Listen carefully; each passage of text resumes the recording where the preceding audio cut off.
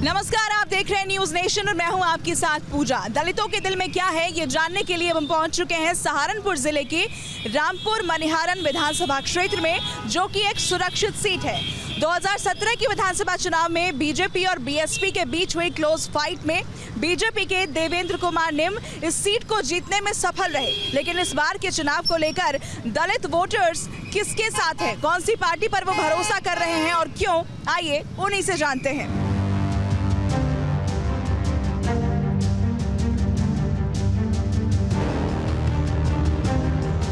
तो हम पहुंच गए हैं रामपुर मनिहारन के मीरपुर क्षेत्र में और यहाँ की जनता से संवाद करते हैं और समझने की कोशिश करते हैं कि इस बार के चुनाव को लेकर उनका रुख क्या है।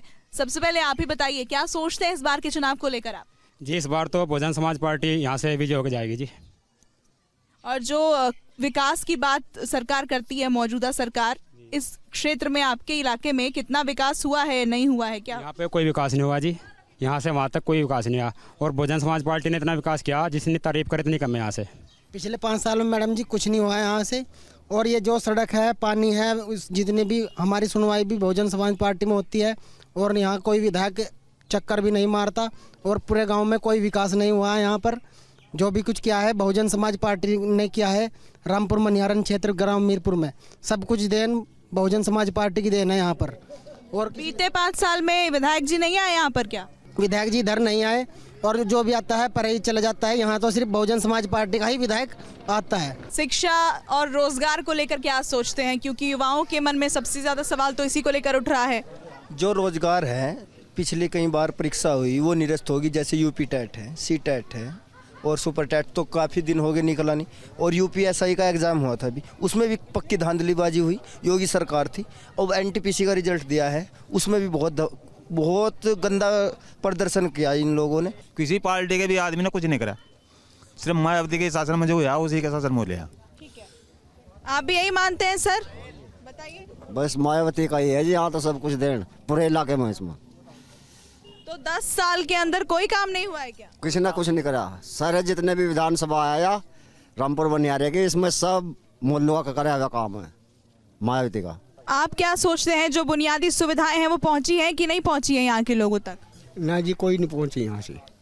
कोई सुविधा नहीं आई, ना किसी को बेचारे को रोजगार मिला, ना मान लो कोई ऐसा काम हुआ जो कोई एक आधा बच्चा पढ़ा लिखा भी हमारा वही बेचारा घास ही खोदता फिर रहा है।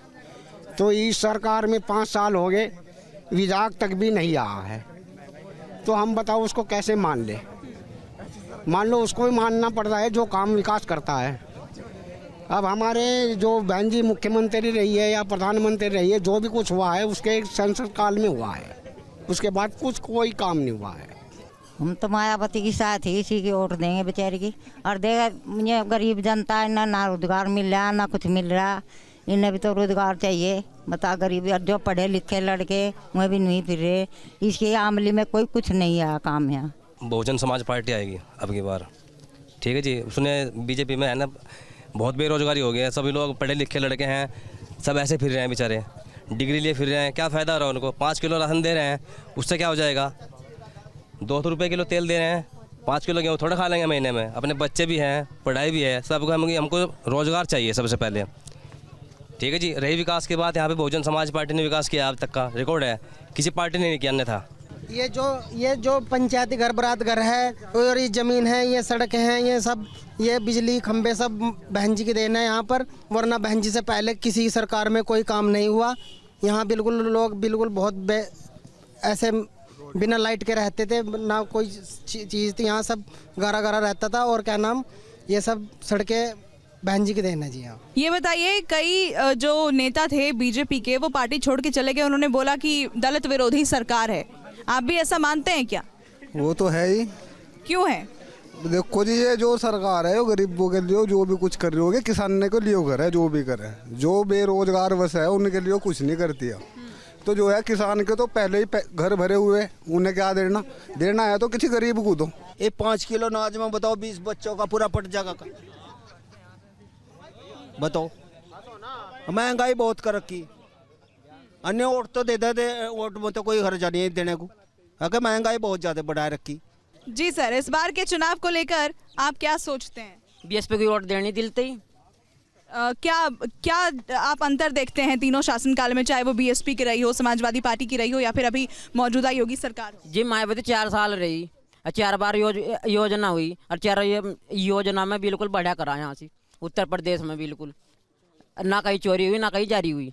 बिल्कुल नहीं तो क्राइम तो अपराध के घटनाओं में तो कमी आई है, मौजूदा सरकार में भी गुंडों को बाहर भगा दिया है योगी सरकार ने। अरे गुंडे तो फिर इलेक्शन भर रहे हैं, उसमें क्या? अच्छा, इलेक्शन में पर्चा भर रहे हैं? हाँ बिल्कुल है।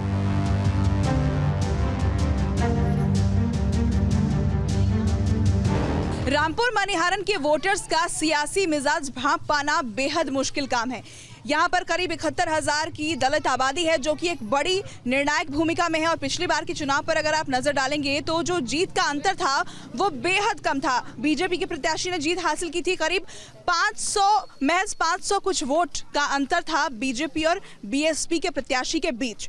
और आइए अब चलिए कुछ महिलाओं से बात कर लेते हैं, क्योंकि आधी आबादी और इनकी सबसे बड़ी समस्या महंगाई देखी जा रही है इस बार के चुनाव में। यहाँ की महिलाएं क्या सोचती हैं इस चुनाव को लेकर, उनसे समझते हैं। अम्मा, आप बताएंगी इस बार के चुनाव को लेकर क्या सोचती हैं, क्या परेशानी होती है आपको?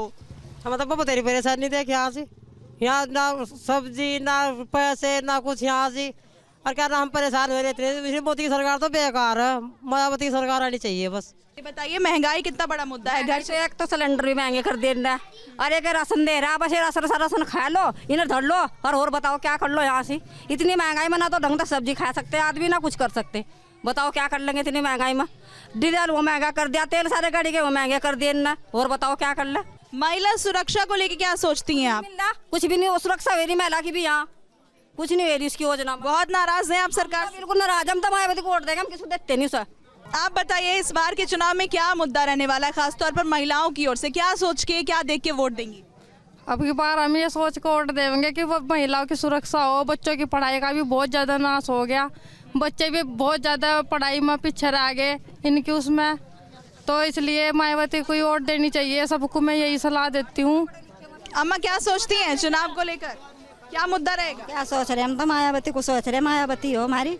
क्यों मायावती को सोच रही हैं? क्या जब बच्चे सारे बेरोजगार करके बैठाया रखे, बता क्या कर रखा है बच्चों खातर, और क्या हमारी खातर कर रखा है? बिजली के बिल आ रहे, दुनिया भर का कर रखा, न इकट्ठा मेरे पे कहाँ तो देंगे हम गरीब आदमी। इस बार किन मुद्दों पर वोट करने वाले हैं आप? क्या बड़ी समस्याएं इस इलाके की? इस इलाके की तो बहुत बड़ी समस्या है मैम, जैसे बेरोजगारी, महंगाई को लेकर। अभी पिछले 5 सालों में योगी का जो कार्यकाल रहा है उसमें यहाँ तक कि मेरी बाइक भी चोरी होगी। यहाँ चोरों का भी बहुत बड़ा राज है। यहीं पे एक गांव पड़ता है पहाड़पुर, उस गांव के लगभग 20 से 25 चोर यहीं आसपास घूमते हैं।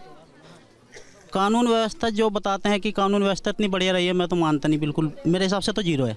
इस बार तो रविंद्र मोल्लू है जो हमारे बड़े भाई साहब, हम उन्हें समर्थन करेंगे पूर्ण रूप से। आइए, कुछ और महिलाएं थोड़ी नाराज लग रही हैं, क्या हो गया बताइए? मायावती के राज में तेल भी मिला था मट्टी का, और क्या ना चीनी भी मिला थी, और कोटा भी बढ़िया मिला था, और कोटा भी काट लिया, दाम हासी वही।